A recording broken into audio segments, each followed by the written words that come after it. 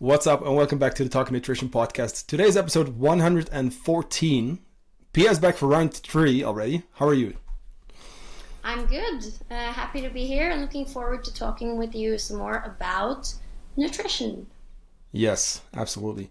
So today we wanted to dive into basically figuring out how much you should be eating, right? Should be, in quotes, for maintenance. Like, I'd like to prioritize kind of like maintenance here to kind of helping you and, of course, your people figuring out, okay, how can you establish that?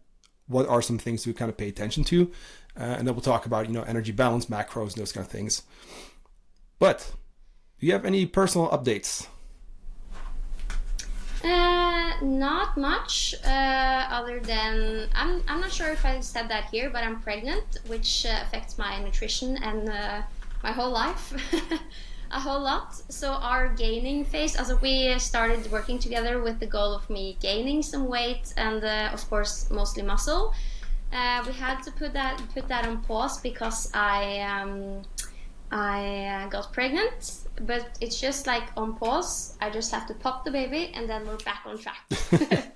Just have to quickly, No, that's, I knew that already, of course. But I think now your people also know. So that's right, you actually didn't mention it yet last time. No, that's super cool.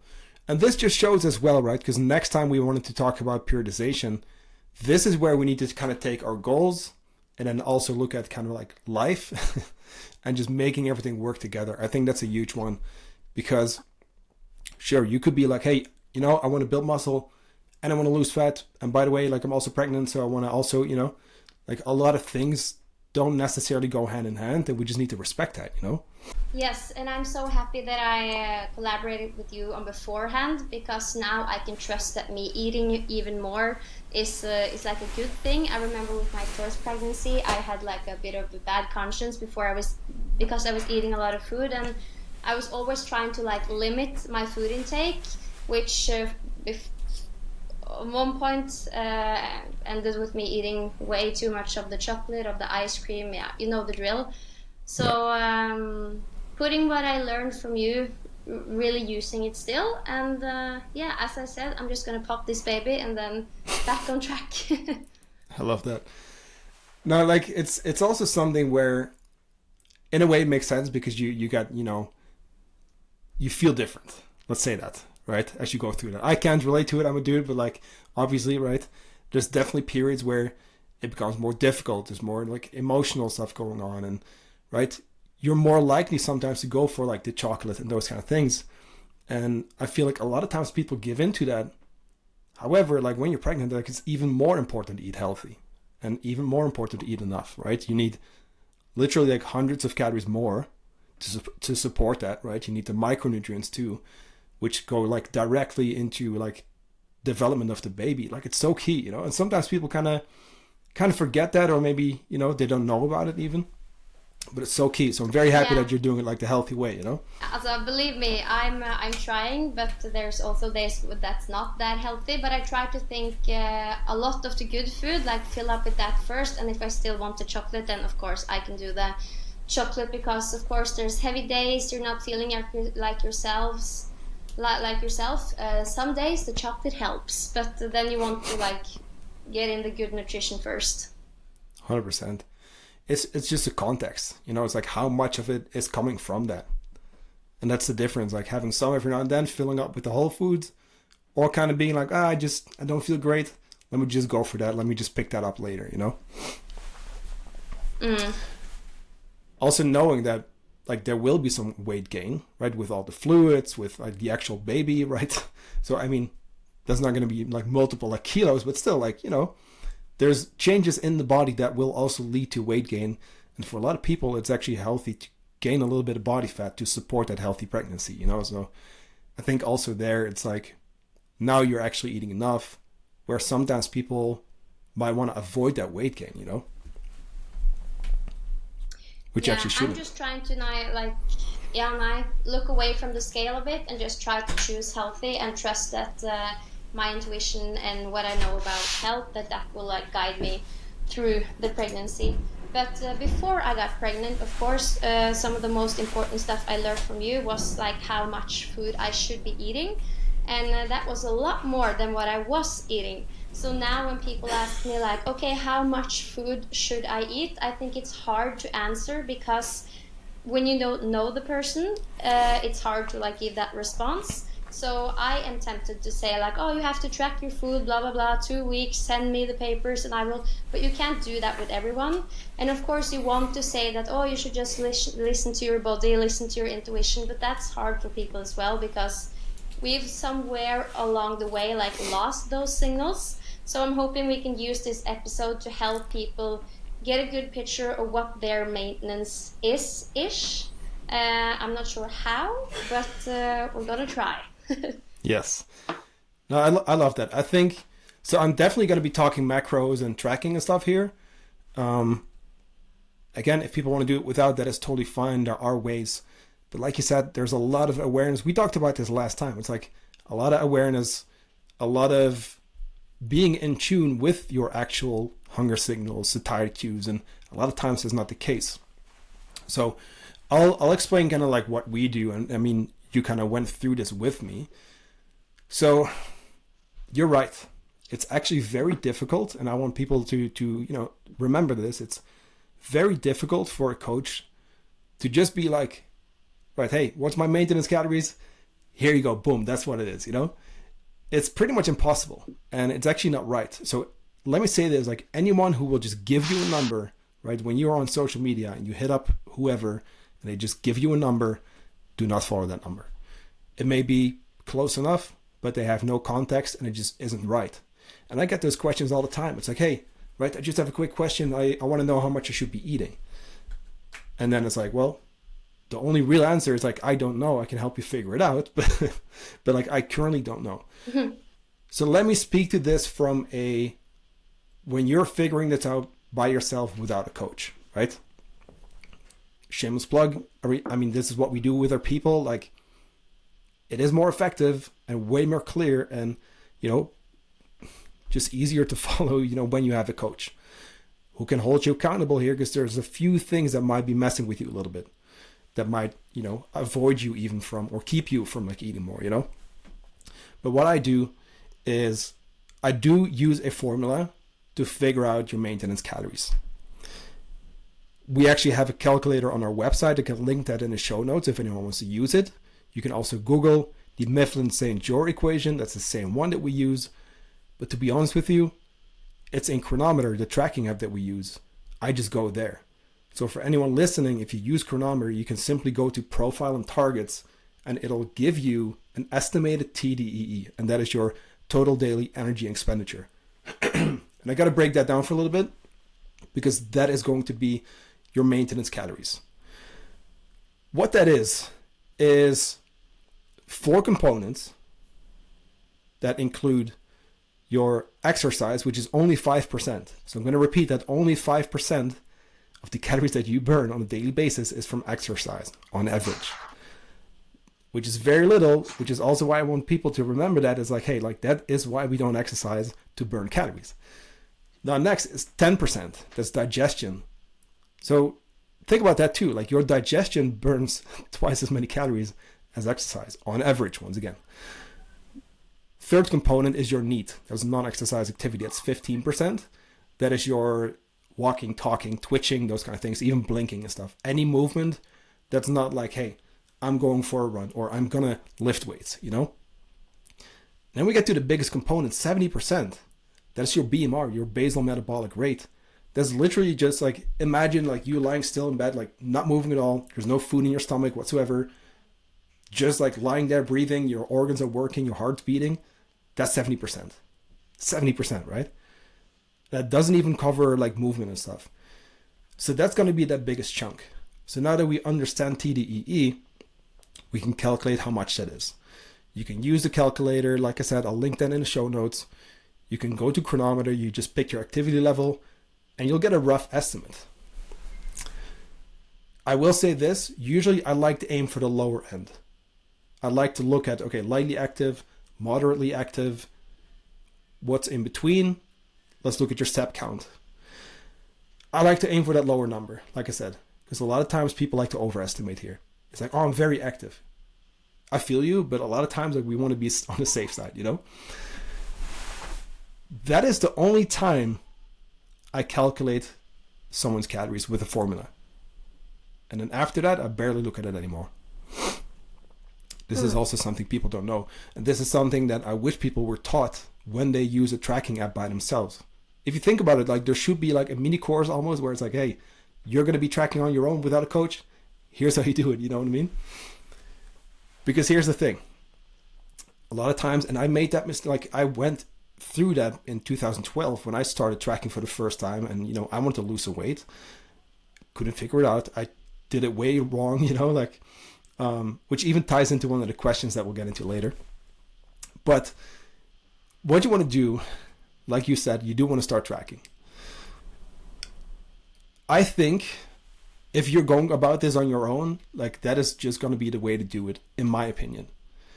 Because here's the thing. There's two things you can do. You can either aim for that number right away or be on the safe side and say, okay, I'm first going to track for a week, take my average, and then I'm going to see how far I'm from there. If you're way above your expected maintenance, you probably want to bring that down. If you're way below, you probably want to bring that up, but I wouldn't even just jump there, kind of depending on where you're at, but I would go halfway. Or if it's maybe like 100 calorie difference, just jump there, then that's okay. But like if we're talking like 500 calories below, maybe go in 2 steps, you know? As you do that, in the meantime, you got to track your weight every single day or every other day, but get that average. And I know this kind of sounds like a lot, you know, like I wish I could just be like, hey, just do this and, you know, you get a number. But it takes time to figure out. Also for me as a coach, right? That's what we did with you. We started tracking, we started looking at weight. And then as we see, okay, are we moving closer with our calories intake wise to that expected maintenance? What's our weight doing? If we can bring you there and we see that weight being pretty stable on average, once again, like we're pretty good. What I see a lot of times, and this literally like this was one of your first check-ins that you were like, I feel like a loaded gun, you know? I remember that specifically, like you said that, but it's like, that's where you feel the energy. Like that's where you start to notice, hey, you know, I'm recovering better, performing a little bit better. I kind of sometimes sleep better, just energy throughout the day. But it's a process you want to work towards. I will say this. So those formulas, they cannot take in consideration your hormones, for example, diet history, which directly plays into your metabolism. Like if you've been under eating for a long time, your maintenance is going to be lower. So that's stuff to keep in mind. Yeah, I mean, there's so many factors that play a role there. Muscle mass, for example. Those formulas don't include that, right? Which also plays into your metabolism. Mm. So I use a number. It's usually pretty close to what it is in reality. But either way, we got to figure it out, right? And that's why we always start at maintenance, because then we can find that number and from there move into the next phase, which could be muscle gain, could be fat loss, but you're going to need that starting point. Make sense? Yeah, I think a lot of people think that when you start working with a coach, you're going to get all the answers and you just push play towards your goal. And of course you do, but as you say, we spent maybe the first or 2 months finding out my maintenance, which was a lot higher than we thought. So you still have to do the trial and error stuff to figure out what's your maintenance. And I think that for a lot of especially women, it's higher than they think, and somewhere along the way they get afraid to eat more, and they can feel that their weight goes up. That can be like for a short term, and then it can go down again. So that's also why it's nice to get support from you, reminding me it's not dangerous that the weight goes up. It doesn't mean that we're doing anything wrong. It's possibly just water. I mean, there's so many factors to take into consideration, but yeah, I think the most important thing is to find a number and just track around that and just see what happens and how you feel. Yeah. And speaking to that weight, so people still think or at least relate to weight automatically meaning body fat, right? But we have food mass. Like if you eat 500 grams of food, that's 500 grams in your stomach. Makes sense? So that has weight. Usually when you eat a little bit more, sometimes a little bit salt, You hold on to more water, so there's water weight. Then there's also glycogen, muscle glycogen, which is stored carbohydrate in your muscle. Like your muscles are like a fuel tank, basically. Like that's what fuels your training. If you've been under eating and you begin to eat more, you're going to replenish that. Little fun fact, per gram of glycogen that's stored, you store 3 grams of water in your cells. So also there, you see there's so many factors that play into that weight that are not body fat. We just want to keep that in mind. And we're not going to see a trend of like multiple kilos, like then we would be in a calorie surplus. And I will say that, right? I think we have even got a question about that. It's like, we want to keep track of that weight because we want to do this controlled. If we really see like a fast gain, okay, we got to dial it back, right? And then we're going to find out why that is, but maybe take smaller steps to where some people, very few people, I will say this from experience, some people are so metabolically adapted, which just a fancy word for the metabolism has slowed down, right? Because they've underate for so long. Some people will go through that and will need sometimes multiple months to kind of fix that. Well, let me not say fix, but reverse that. Because again, metabolism slowing down is just normal. We can speed up again, but we got to do that by controlled, kind of like bringing that food up. That's why we do reverse diets. That's a very small portion of the people, though. In most cases, when people think they've been under eating, it's a combination of under eating and then overeating during the weekends and stuff, or in the evening. Yes, in the evening especially. I think I was partly maybe under eating, but I can also definitely relate to the fact that you're eating a small breakfast, skipping lunch because you're busy and it's no problem. And when you get home you get that hunger and maybe you eat not necessarily that much, but the wrong foods, for example, chocolate and all that stuff. And especially also in the weekends when I tracked with you, I got really surprised on how short, also how fast I got up in calorie surplus, a pretty big one, just by choosing different foods that I do in the weekdays. Yeah. I think I like personally, again, as you already know, like I'm way, like I'm for tracking, not as a lifestyle thing, but isn't it great to just kind of know, like, oh shit, actually a pizza, because we traditionally eat a pizza per person, right? That's like more than 1,000 calories right there. Knowing that for your, for your app, a lot of your people are, younger girls, that's like over your, over half of your maintenance, and that's one meal. And I use pizza as an example because that's always like the big one. That's always the hardest one to fit in. But isn't it great to just kind of like track that and then be like, oh shit, actually, you know what? Like that actually is a whole lot of calories. Let me now learn from that. Hey, if you still want to have the pizza, we can accommodate, we can budget basically, or we make different choices, right? Maybe we have half a pizza.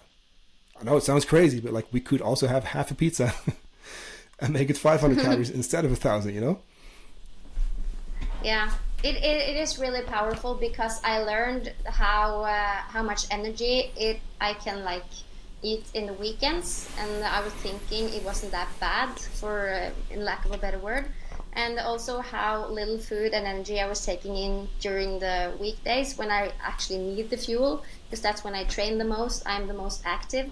So and I think especially for us girls and women, it's really important to keep in mind when we have our meals, we should like have them around our workouts and really fuel our workouts. And that's also something I really got reminded when working with you, how important it is to think of food as fuel and nutrition to build up the body, not necessarily just a way to spend calories. Absolutely. Now we can actually dive into macros as well, because I feel like that's just a logic next step from your calories, because you don't just eat calories. It comes from your macronutrients, right? So with your macronutrients, you have your proteins, your carbs, your fats. And then there's basically a fourth, which is not really macronutrient, it's a toxin, poison basically, which is alcohol. we're not going to dive into that necessarily, but I wanted to mention that because there are calories from alcohol as well. So we do need to acknowledge that. So we have 4 calories per gram for your protein and carbs, 9 calories per gram for your fats, and then alcohol is 7 calories per gram. So now that we know kind of like how many calories a macronutrient or alcohol is, we can start to kind of fill in what you need, right? Again, I'm going to keep it kind of general here. People can maybe, use different calculators. Like we also, again, like we have done on the website, but like the way or the order you want to think here is you start with your protein. You start with your calories, of course. Then you go into your protein, then your fats, and then your carbs. I'll explain why. So I just taught you how to figure out your calories. That's the number one thing. That's your budget, let's call it. Now we're going to go to the most important macronutrient, protein. That's going to help you build muscle. It's going to help you maintain muscle, but it's way more than that. It's not just the looks, like protein sometimes it's like, people sometimes think it's like, oh, only necessary when I work out or something. Like, no, you need that. It's the most important macronutrient. And as we age, by the way, like we even need more of it to get the same work done. But okay, muscle gain, muscle maintenance, it's also relatively difficult to break down, which is good because that's going to slow down digestion, right? It's going to keep you full, I should say. It's not going to slow down digestion. It's just slower to digest, I should say. So it's going to keep you full. And that's a very big one. I can't tell you how often I've had this. It's like people come to me, they think, I'm addicted to sugar. I can't kick the chocolate cravings, whatever it is. We bring up protein and it almost just disappears in no time, like instantly. And I've had this multiple times where it's like, hey, when I see that, I'm addicted to sugar, right away, I want to see, okay, what's your intake like? First of all, are you eating enough protein? And then, of course, a few other things.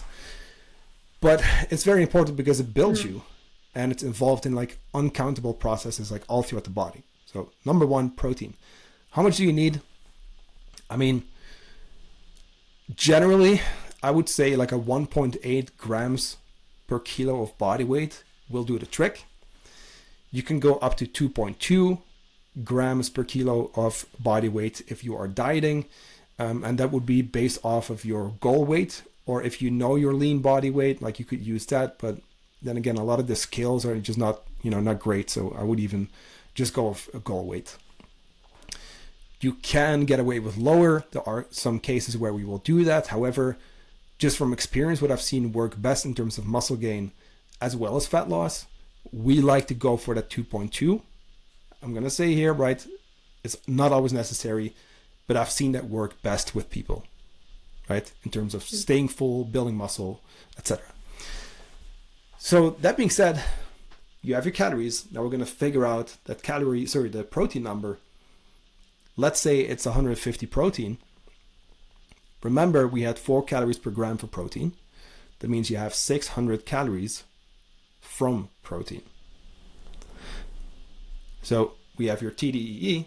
We go minus that protein number, and we're left with the calories we can now spend on fats and carbs. Next step is fats. Again, 9 calories per gram. With your fats, it's not that much that we need. For most people, for most females, like 50 grams will be like the bare minimum. I do like to go 60 plus, 60, 70 plus when we're at maintenance. To be more specific, we could go off a 0.6 up to 0.7 grams per kilo of body weight. But either way, if we say 50, 60, we have most people covered. I'd like to keep it on that lower end for most people because most people come to us for either fat loss, muscle gain, or a combination, right? And then we have like performance and health and stuff too. But that being said, because carbohydrate is so important, I like to keep those fats lower because again, a lot of calories, right? Now, fats are super important for your hormones, for your health. So going super low in fats is also not great, right? It also fuels your low intensity movement. So what's left, like I said, is our carbs. So we have TDEE, your maintenance calories. You go minus whatever calories it was for your proteins, minus the calories for your fats, and then we are left with basically our budget for carbohydrate. That is your fuel source. That's going to include some of the more filling foods. It includes also fiber, which is super important, which slows down digestion. Fats also slow down digestion, by the way, you see?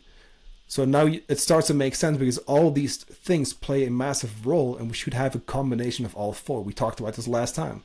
Your protein, carb, fats, and then colors. But those carbs, they're always demonized. It's something from the 90s. People are catching on, like, by now I feel like that it's not really the case, that they're, evil. But I still see a lot of people kind of being afraid of carbohydrate, including the more active CrossFitters and people who are into performance. It's like, no, you need your carbs. Like that's your fuel for your workouts. That's going to help you build muscle. It's also protein sparing, meaning like, your body doesn't have to go to protein to break that down for fuel. Like you got your carbs there. So you see, it's very important to have all of them. Now, how much you're going to have in your budget is going to depend on your phase. Like I said before, we're talking in like a maintenance setting here. But again, like these things are all things to dial in first.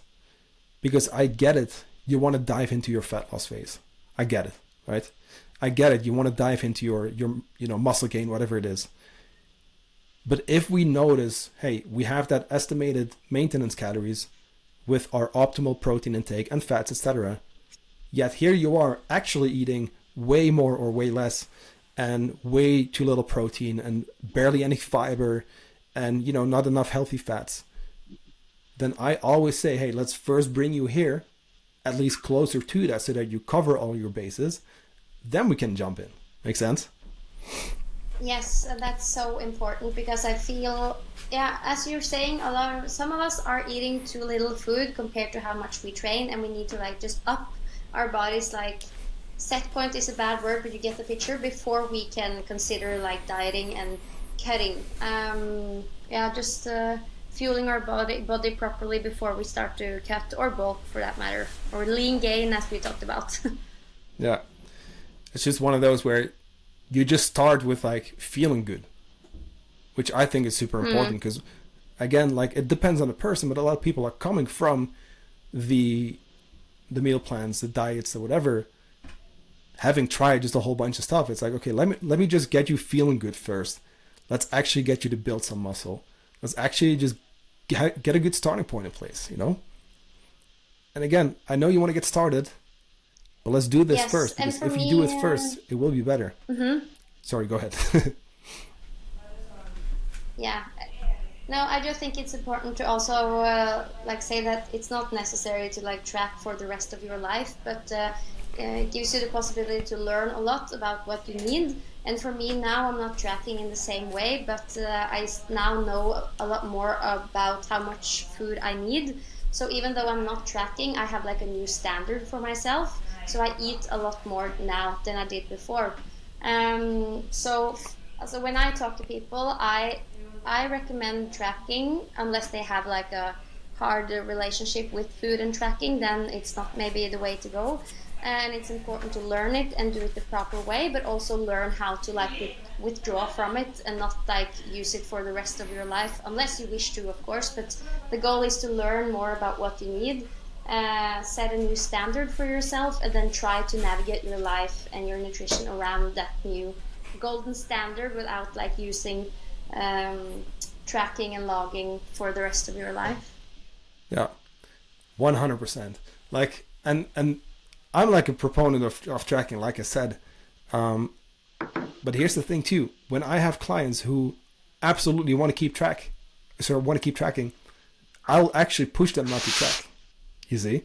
Like if I catch someone being a little too far with that, I'm like, hey, we're going to take the weekend off. Hey, we're going to take the week off. Hey, you know what? Like once we're at maintenance, I want you to step away from tracking. Like show me that you can also do without, right? Again, this is where coaching is key, because you have that person who can see you taking things too far. Like I said, like I took it too far in 2012, right? I didn't know what to do. I was like, maximum weight loss per week, with my MyFitnessPal. No idea how to set my protein. I had no idea what healthy fats were and those kind of things. I took it too far, right? And then anytime I wasn't tracking, I had no idea what to do. So instead, having someone on your team who can be like, hey, you know what, I think you're taking it a little too far, or, hey, like, did you know that you should actually do this and that? It's so key, right? It's super important. And then you can have a tool that you can use if you want to, or that you can skip if you don't want to use it. Yes, when I was moving away from tracking, that was a bit scary because I've gotten so used to like tracking, being in control.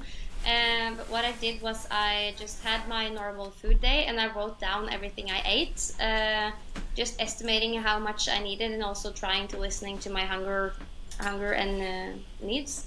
And by the end of the day, I tracked it in the tracking app to see if I was about right with my choices, and I was. So that's a nice way of just moving out of the tracking part when you feel like you've like learned what you need, if you want to move out of it. Absolutely. So let's actually get into a few questions. Yeah, because you had definitely. A few from your people, right? I have some questions from my people. Some of them are tracking, and Karina Helene is asking if she needs to track everything. And her examples are, does she need to track like cinnamon, creatine, sweeteners, salts, and what about like olive oil, salads, cucumber, peppers, also paprika, peppers? Yeah. Yeah, do you need to do that? So let's break those like down into 3 sections, because you mentioned actually 3 completely different things. So let's start with spices, herbs, salt, creatine, those kind of things. What was the other one? Sweetener, for example. If it's 0 calories, which is the case for pretty much all of those, or pretty much, it is the case for all of those, then you don't have to track it. So no spices, no herbs. Salt you don't have to do, unless there's like a specific, right? If I know someone has, we got to look at those levels, then maybe, but usually we don't. So, I mean, at this moment, I don't have any clients who are doing that. So no. Creatine also has no calories. You don't need to. I will say this, if it helps you, remember to take your creatine, because if you take it, you got to do it every single day. Otherwise it's a waste, because it's not going to work, right? You got to do it every single day for long periods of time. Then I would say track it, right? I track my supplements, which is mostly like a reminder for me to kind of take them and like making sure, hey, am I taking them? Plus Chronometer does track the micronutrients. But for those foods, you actually don't need to, right? Now we're going to go to the next one, olive oil. Absolutely. I'm going to drop an F word, but I'm trying to say the F word a little bit less these days. So absolutely. Olive oil, we just talked about fats, right? Olive oil, 9 calories per gram. Now, I will say this, olive oil is one of the healthiest fat sources you can get. If you get that extra virgin olive oil, super good for you. However, it's also really easy to kind of pour, 10, 10 is quite a bit already. But like, I don't know, let's use that as an example, like 10 grams of olive oil. That's like 90 calories, right? Almost 100. It adds up. It really adds up. So fat sources you should absolutely be tracking. Yeah, when you're tracking, like just do it right. There's no point in like half-assing it, which brings me to the next one as well. Cucumber. Just can I ask you, do I need to track like when I'm cooking and I'm using some butter in the pan? Should I like track that as well? I feel like that just disappears. No, it doesn't. I mean, part stays on the pan, you know what I mean? But we're using it, so yeah, I mean, so yes, also that. And you'd be surprised too, like how much that adds up. This is what I mean. It's like when we track, let's make it count, right? And if we don't, okay, cool. But it's just a learning, experience basically. So let's just add it. Let's see how much it is, But going into the veggies, and I've seen this in a Facebook group where people were like, my PT told me to not track my fruits and vegetables and those kind of things.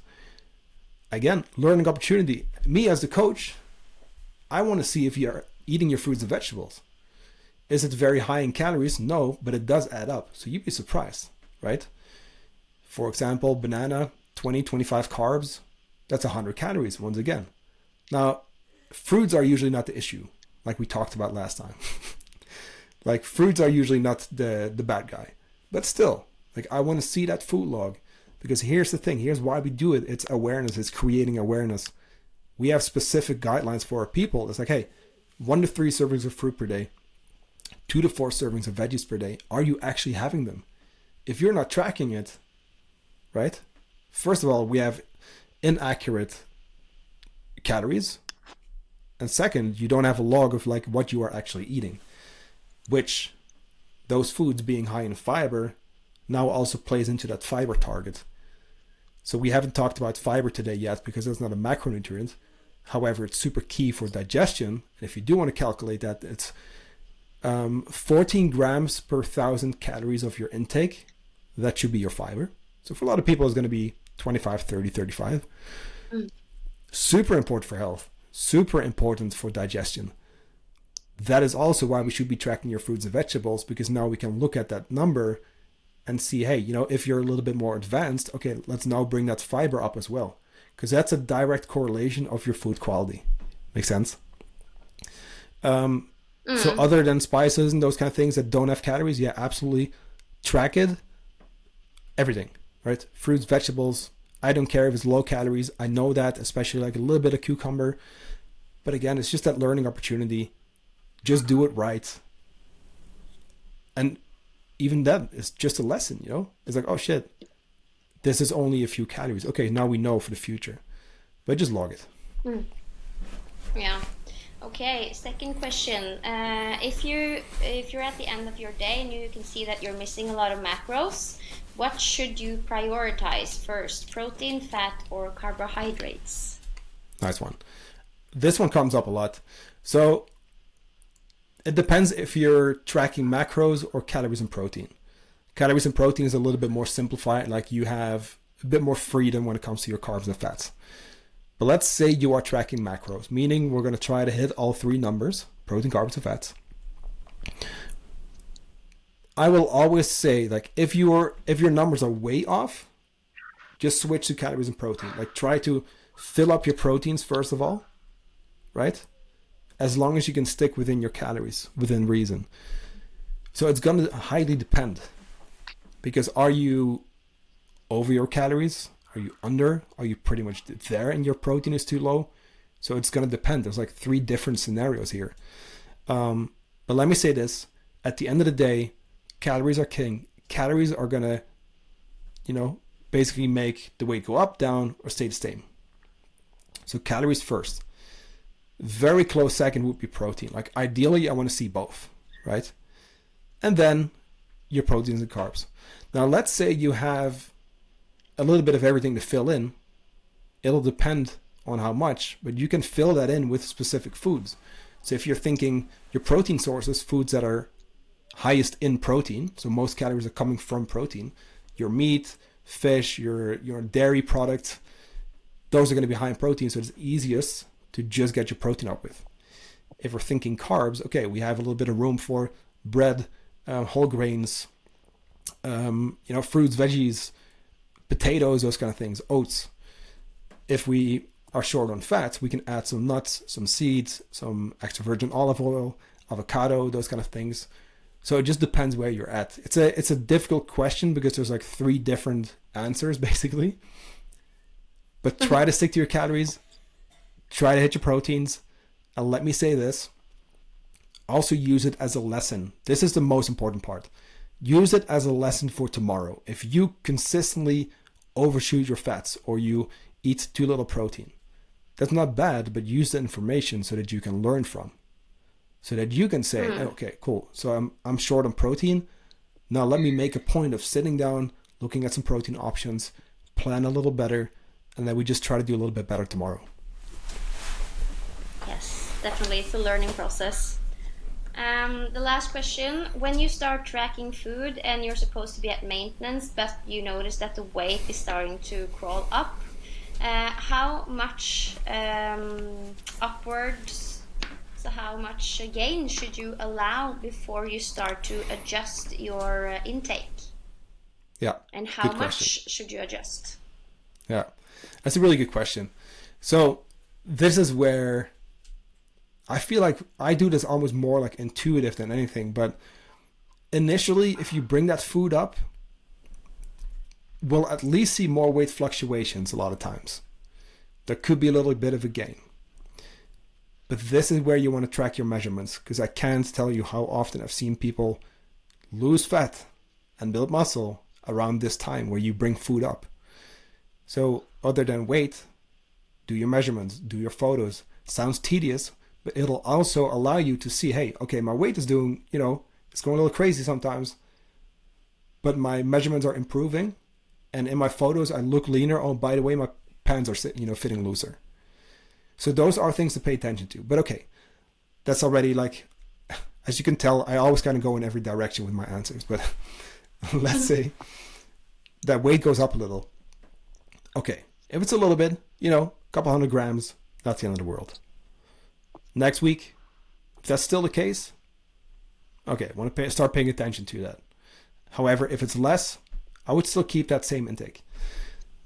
Then, right, week 3, for example, like if you really see that trend and it's a consistent, almost like, it's still going to be up and down, but if it's a consistent trend, I want to slow that down. And I'm going to maybe go back 50 to 100 calories on the way down, depending on how fast it's going. Then I would try to figure out why that is. Am I way far from that expected maintenance calories? Okay. Is it maybe an issue with tracking? Like, are we tracking everything? Are we weighing everything? A lot of times, like, that's the answer.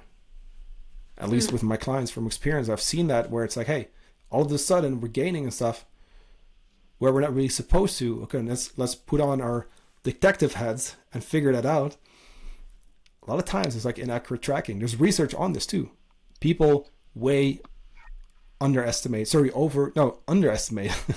how much they, actually take in. So that's the big one. Look at your tracking.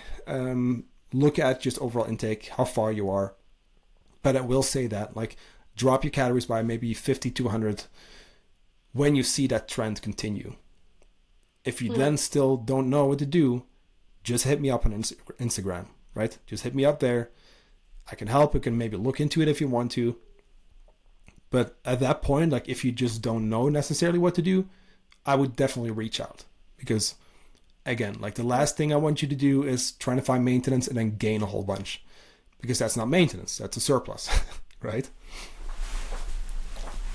Yeah, that's a good answer. It's not easy, but if you choose to do this process, it will really you will learn a lot about your body and your nutrition, and in the long run, I feel like it's so much to win and gain.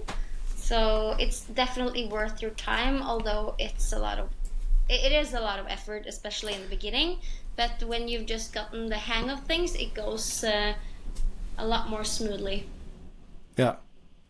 I will say this though, too. A little bit of gain. When we take people like yourself into a muscle gain phase, that comes with weight gain. So if you see a little bit and it's not that much, it might just be going to muscle for the most part. If it's not too fast, So that's the one I wanted to mention. And lastly, it's worth the effort, I feel like sometimes, at least, in 2024, everything needs to be convenient and quick and fast and effortless. But in reality, that's not how health and fitness works, unfortunately. That's what people try to market to you because they're smart and they know you want that quick fix. But it is going to require effort. Like, if you want the results to last, if you really want to look like you work out, you want to have that muscle and lose fat, invest a couple months into learning how to track. Invest a couple months into, and I'm saying a couple months, like, it'll take a little bit longer, but invest the time and effort because you're going to benefit off of that, like, for life, basically, That being said, Pia, let's wrap this one up, and then we wanted to talk about periodization next time. So where we're going to talk about basically conflicting goals, kind of how to plan for your, your nutrition and training altogether. That being said, for our new listeners, do you want to also ask, where can people find you? Yeah, they can find me on Instagram. My name there is Pia Seeberg, and you can also find my information at piaseberg.no. And I don't know if we said it, but I'm like a former client of Johan. I've done this journey myself. and I also coach a lot of clients in my own online apps, and that's why I'm here. He has written a lot of articles for us, and in that process we also have a lot of questions, and so we figured we could make some episodes where I'm asking Johan everything we're wondering about, and that's what these talks are about. I'm really happy about the possibility to just ask you everything and really geek out on nutrition. I know we're a big bunch that really appreciate that possibility, so thank you. Men ja, piaseberg.no, Pia Seeberg på Instagram. Yeah, awesome. Thank you so much. It's been a blast. I really rediscovered my passion for like writing too, by the way, like once I started writing the articles for your app. So very grateful for that. We will be back soon. To our listener, of course, if you enjoyed this episode, make sure to drop us a quick 5-star rating on Apple or Spotify, or share this in your Instagram stories, and then we will talk very soon.